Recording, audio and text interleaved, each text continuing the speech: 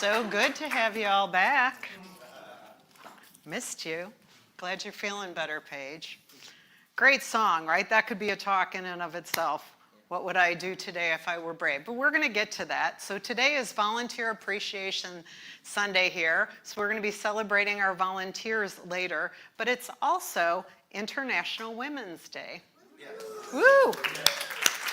And the theme this year is Give to Gain. It's a mindset of generosity, collaboration, and investment in women to achieve gender equality.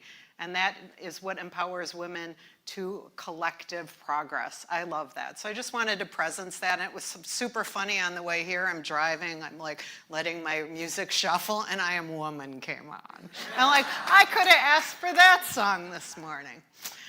Okay, let's dive in. Ben, if you could go to my first slide. Thank you. He's on it. Okay, so many of us remember learning how to ride a bike. It's been a long time ago for me, but you remember learning how to ride a bike? At first, someone's running alongside you. Maybe they're holding up the back of the bike. And we're trying, we're wobbling. We're trying to hold our balance. It's a little scary. And then there's a moment where the person who's spotting us, for lack of a better word, lets go. And then we're riding by ourselves, but we don't realize it right away, right? And nothing outside changed. The road didn't change. The bike didn't change. But what changed was something inside of us. We shifted from being hesitant to knowing. And divine confidence often begins with a moment like that in our spiritual life. Last night we moved our clocks forward for daylight savings time, and we didn't create more light by doing that. We simply chose to live as if the light was already there. And spiritual life invites us to do something similar, to move our inner clock forward, and to begin living from the light that's already present within us. And so I chose this talk title today because last Sunday, Reverend Linda had us do a little meditation and reflection at the end, and the words that came to me were divine confidence. That's what came up for me. And as spiritual folks, our confidence should be in the divine, right? Call it God, call it spirit, call it the universe. And Neville Goddard, who we're taking our inspiration from this month, talks about sealed instructions. And I want to focus for a second on this, what I highlighted in this quote, because last Sunday, Reverend Linda talked to us about thinking from the wish fulfilled, the future state, instead of thinking of the future state. And I want to take this a step further. We must translate vision, so this idea of what we're calling into our beingness. Right? And we want to live as if we're already it. And, we can surrender to the evidence of the senses, right? What's happening in the world around us. But when we do that, we underestimate the capacities of our inner self. And Neville suggests that the possibility of our lives are not created outside of us, but they're already present within our consciousness. And this kind of makes sense to me. Do you have certain things in your life that are they're kind of themes in your life that you just kind of came in with them and you never really thought about it? Like, I'll say, themes might be a bad word, but I'll say for myself, I've always loved to bring people together. It's one of the things that I love. I've been wired like that since I was little. No one said to me, oh, you should bring people together. I just did it. For a long time, I didn't even know I was doing it. But I think that and encouraging people, for me, I think I came wired in with that. I don't know why. No one ever said, I could make up a story, which could probably be partially true, that I could have used more encouragement as a little person. It probably was true. But, right, I think I also came a little bit wired for that. And I'm sure if you thought about it, there's ways that you came in that you're simply wired with, right? Like the divine planted them. And Neville tells us that man must assume the feeling of the wish fulfilled and continue there in until that which he feels objectifies itself. So we're practicing that being in that state that we're calling in until we see it objectified. Because imagination, I think if my mom were here, my mom would be like, imagination is kind of fantasy, Aimee. Like I had a friend, she used to always say, well, she's a dreamer. It's like there's something wrong with that, right? But imagination is actually the doorway through which the deeper pattern of life begins to express. And you can see that all around us in the things that have been invented in our lifetimes, right? Where did those come from? They came from imagination. Someone had that idea in mind and they brought it forth. But divine confidence begins when we trust the life that's already moving within us. And I've got a little play on word on this one because the reason I think divine confidence came to me, just to be honest, is there's places in my life where I lack confidence. Anybody else lack confidence any place in your life? Right, like we all do. We all have our stuff, right? But it's both moving from confidence that the divine has me, but it's also confidence of the divine, right? Like the divine is always present. It's always working on our behalf. Emma Curtis Hopkins tells us that there is a stage of awakening which she calls understanding. She says understanding is the light of God within the soul. So often we think of, we're going to have belief, right? I'm going to believe in something. And belief is kind of like hope, right? Like I believe in that. I hope for that. But understanding knows. When you have understanding, you have a deep knowing, which is really what we're trying to cultivate. Because when our understanding awakens, spiritual truth stops being something we hope for, and it becomes something we directly recognize within ourselves. And you have probably experienced this. If you meditate, you begin to feel the field around you, right? If you pray, where if someone prays for you, for me probably a little stronger when someone else prays for me, because then I get out of the way, right? You begin to feel that which is around you. Or maybe you're out in nature and you have an awareness come over you, right? That's knowing, right? Sometimes it's an intuition in the shower, like you've been struggling with something and boom, it drops in. That's knowing. And that's really what we're talking about here when we talk about understanding. It's like having a deep knowing. And when we have a knowing, we stop asking whether life will support us, and we begin to recognize that the life of God is always already expressing as us. And the other thing that Hopkins teaches is that when understanding awakens, fear dissolves, right? So if you're fearful, which it's pretty easy to be fearful, always, but especially right now, right? But the divine intelligence is bigger than that. Fear thrives when we believe we're separate and alone, but understanding reveals that the intelligence guiding the universe is already present within our own consciousness. But we have to make room for it. And I guess I want to say a little bit more about what's going on in the world right now, because it is, in the world of form, this is scary. Let's be honest, it is scary. And I think I said this the last time I talked. I truly believe right now sort of the underbelly of what always has been there is just up to be healed. I truly believe that. But in the world of form, it's scary. And so we need to stay in our practice. That's the most important thing. And we need to hold the vision of what we want to call in. We need to be that within ourselves, and we need to do what we're called to do. That's different for other people. It might be, having a practice of peace for you, or bringing people together to call in a different experience as this country. My sister's working on a political call bank every week to help get candidates elected that she feels reflect more what she would like, how she would like to see us behave in America, for lack of a better word. So it's hard, but we have to try to rise above what is happening in our practice and then allow ourselves to be guided.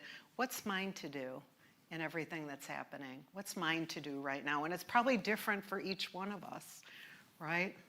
But I think God always has the final word, so somehow something's moving here to open up to something different. That is what I believe.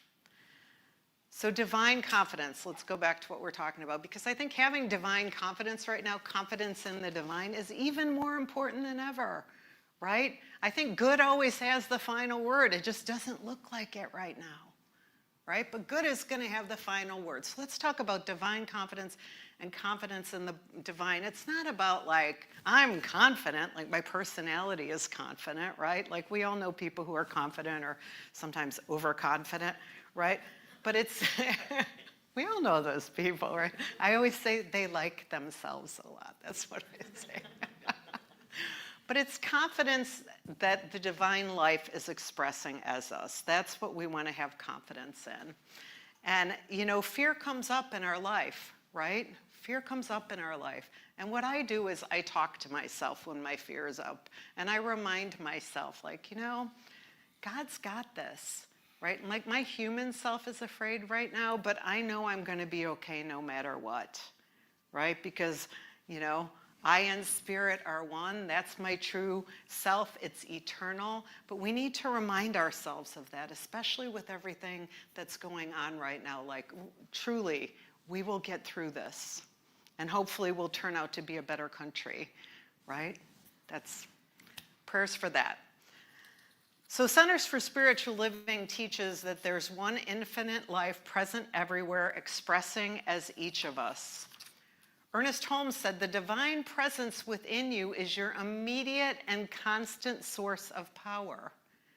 I love that quote. Your immediate and constant source of power. We say one presence and power, right, when we talk about God. And if the divine presence is within us, then the same intelligence that created all of this and that shapes the unfolding of all of this, right, is the intelligent presence within our own awareness. That intelligent presence is in our own awareness, but we have to open to it, right? Like we need to take our attention away from the world and we need to open to that divine intelligence. And divine confidence arises when we remember whose life we're living. You know, I'm going to use the word God's life. If you don't like that, say Spirit's life. But we're living God's life, right? Like this energy that infuses us, the reason I'm breathing right now, that's God's life, right? And that's true for all of us. I mean, think about what a miracle that is that we're even here, right? Think about that. There's all these statistics like, you know, the percentage likelihood that you'd be sitting right there is like, you know, 1 in a billion. I know that's not exactly correct, but it's a miracle. This life we have, it's a miracle, right? So how are we going to use this? You know, if the instructions for our becoming are already within us, how do we access that? You know, we often try to force life. If you could go to the next slide, Ben. We try to make outcomes happen through our effort and our control. Anyone do that besides me?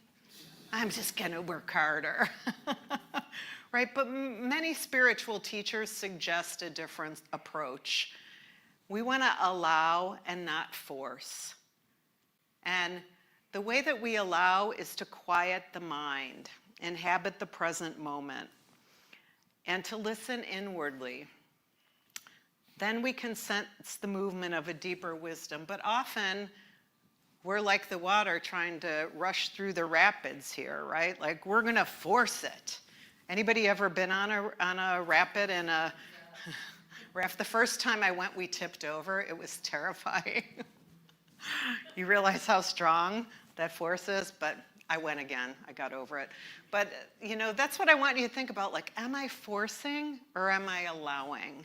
Right? It's a very different energy, and it requires us to surrender, right? Like, and be a little curious. Like, I wonder what's trying to happen right now, instead of like, oh my gosh, I must make this a certain way.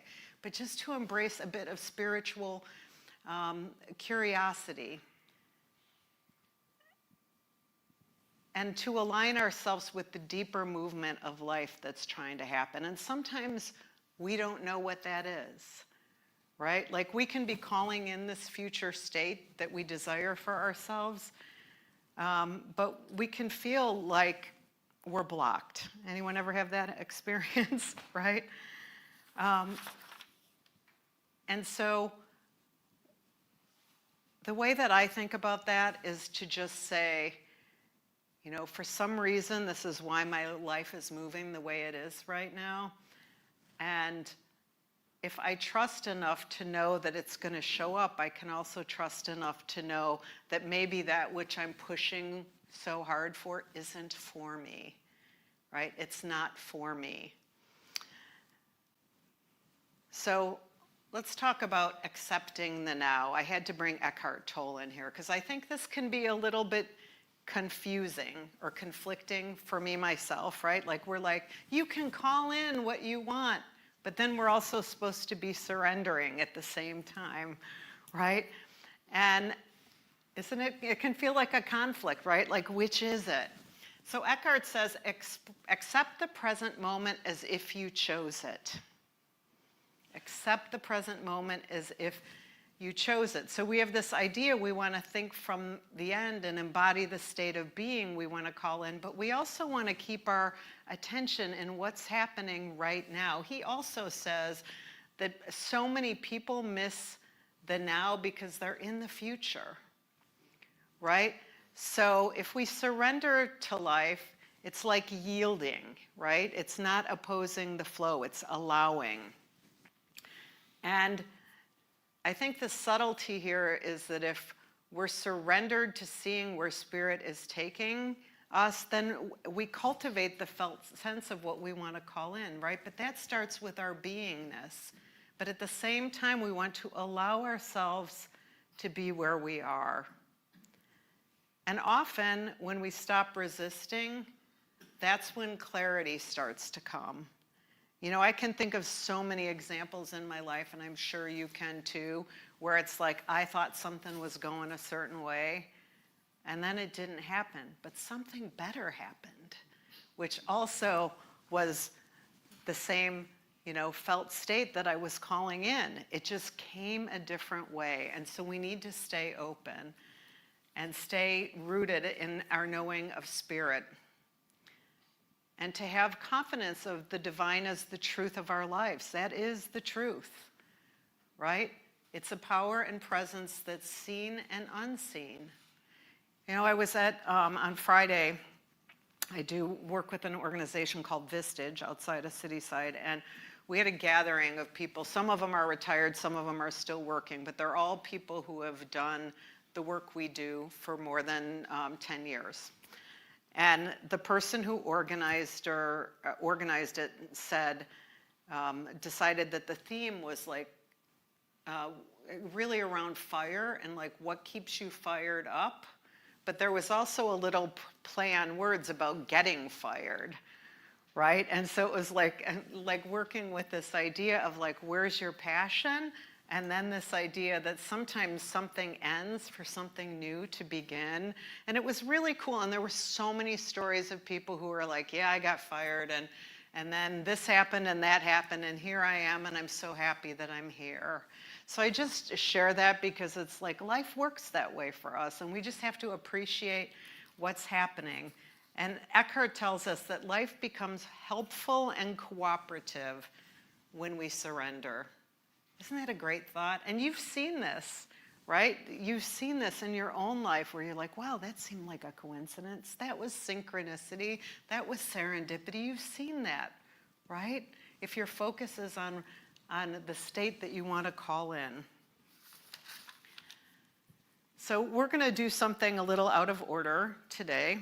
And we're going to do a little practice right here, right in the middle of the talk. Because what I hope that you'll take away from today is beginning to practice embodying the state of being. So we're going to do a little bit of practice here together. So I just want to invite you to close your eyes with me. And if you want, you can put your hand on your heart. Sorry, I just put my hand on my microphone. Put your hand on your heart or wherever you feel comfortable, and let's just take a couple deep breaths together, just breathing in And breathing out. And breathing in. And breathing out. I just want to invite you to bring into your mind an area of your life where you're calling in a new experience. And I want you to imagine that whatever that good is, that it's already present in your life. I want you to see it in your mind's eye. What does it look like? What does it feel like? Where are you? Who's with you? Notice how you're feeling.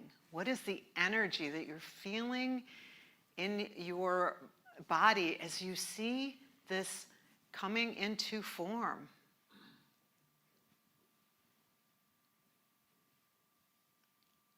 And just allow yourself to notice, like in your body, as you think of this wish fulfilled, for lack of a better word, how are you feeling in your body? Are you feeling excitement?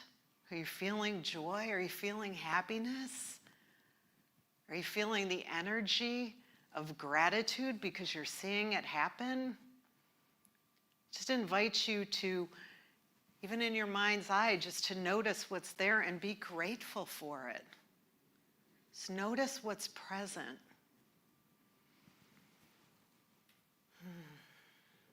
And I also want to invite you to be in the feeling state of deservedness, like, I deserve to have this good. I deserve to have this good, because often we block ourselves because we don't think we deserve it. So I just want you to just absolutely also know your deservedness in this moment.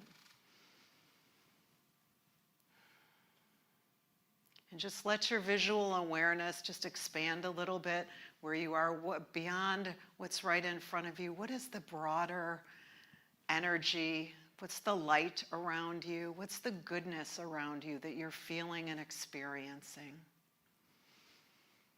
And I just want you to let all that light, all that happiness, all that joy and goodness fill up your physical body to raise your vibration. Just breathe into this happiness, this wish fulfilled.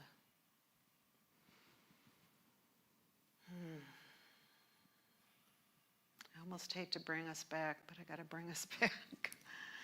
So when you're ready, just open your eyes. Just feel the peace of that. Howard Thurman says, there's something in every one of you that waits and listens for the sound of the genuine in yourself.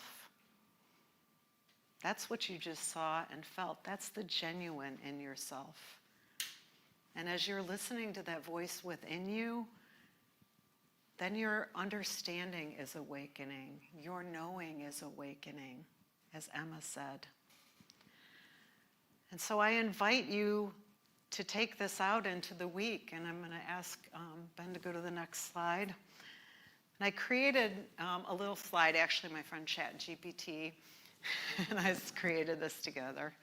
ChatGPT is a better artist than me. But I want to invite you this week to really spring forward into divine confidence. You know, when we're in doubt, what's happening when we're in doubt? You know, we're missing clarity, we're missing confidence, we're missing trust, we're missing calm, we might be missing connection, right? But when we're in our divine confidence, what's present, right? Inner guidance is present, right? Divine assurance is there. You have the sense everything's going to be okay. You know, recognition, seeing what's present. We so often see what's absent instead of acknowledging what's present. Certainty. Certainty is present when we're in our divine confidence, or we're confident into the divine, however you want to think about it. Certainty. You're not afraid to move forward, right? You know that you're being guided. You know that the step's going to appear when it's time, the leap of faith. And you feel like you're in alignment. So we're invited to move our awareness forward. That's the invitation. And so that's my invitation to you this week, to practice that. And I'm going to close where I began. If we can. So, back on the bike. You know, once you learn to ride a bike, you might not have done it again for years, right? But what happens when you get back on the bike? Your body remembers, right? There's some kind of memory, like you already know how to do it.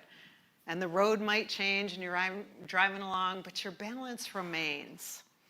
And this is true in our spiritual practice. You know, if we have confidence in the divine and divine confidence, as we do our practice, we remember. It's like muscle memory. We come back to it. So the most important thing that we can do is to practice the presence and to know that it is always there. So let's take this into prayer. So in this moment, I invite you to turn within and just to feel the goodness. Just reconnect with that goodness you were feeling a few minutes ago when your eyes were closed and you were imagining what you wanted to call in. And just know that all this goodness is God. This presence, this power, this possibility, this one life that lives and moves and has its being as you. The one life of God as you. And so knowing our oneness with God, I just speak a word, a word of blessing. A word of blessing. That's the word that's coming up for me. I speak a word of blessing on each and every one of you, just knowing and affirming that within you is so large, and that you are allowing it to express, and that you are allowing yourself to experience it each and every day. To feel this light, to feel this love, to feel the possibility, and to allow that which is in you to express as your life. To set aside any doubts and to move into divine confidence, confidence in the divine, knowing that God's got this on your behalf. And I know that this is also true for everything we want to call in the world. Greater peace, greater love, greater connection, greater collaboration. I call that forth in this country and in the world, and I declare peace. I know and call forth peace and kindness and love. That's the world I want to see. And so I hold that truth. We hold that truth together, that something greater is possible. I say yes to this, and I'm grateful for this. And together we say, and so it is.